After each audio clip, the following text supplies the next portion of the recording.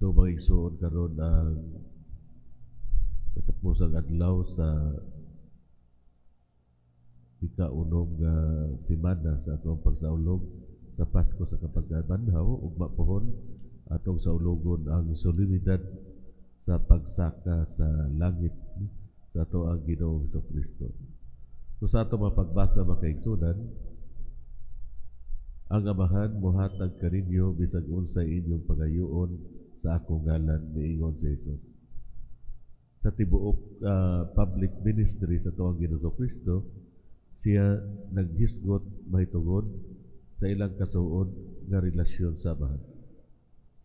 Kita mga matuon atong nakita niya kang Hesus nga misalig sa Amahan ug kanunay iyang gihimo nga point of reference sa iyang pagpanudlo sa mga tao o diha sa iyang pag-alagad sa mga tao. Sa mga katapusang oras sa iyang kinabuhi, siya nagandoy nga ang iyang mga apostoles, mga kaplag o kalipay diha sa ilahang pagsandig sa Amahan. Mangayo kita diha kang Hesus ug diha sa tuang pagpaubos, ihatag sa Amahan ang gipangandoy sa tuang mga kasing-kasing. Ang kasing-kasing sa Ginoo nagandoy nga tagaan kita.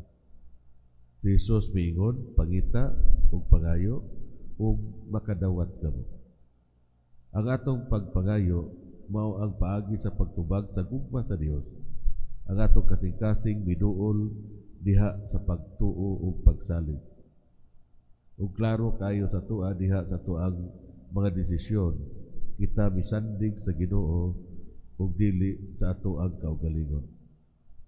Ug sa pag-abli nato sa atong mga kasing-kasing niining paagiha, kita nangaliupo sa Ginoo nga giyahan kita nga matuman ang atong mga pangandoy ug sigurado kita nga giyahan kita niya sa atong kumplitong kalipay diha kaniya. So mangutana kita karon sa atong kaugalingon, nagsangpit ba ako sa Espiritu Santo nga magiya kanako sa akong pagpanaw matag adlaw?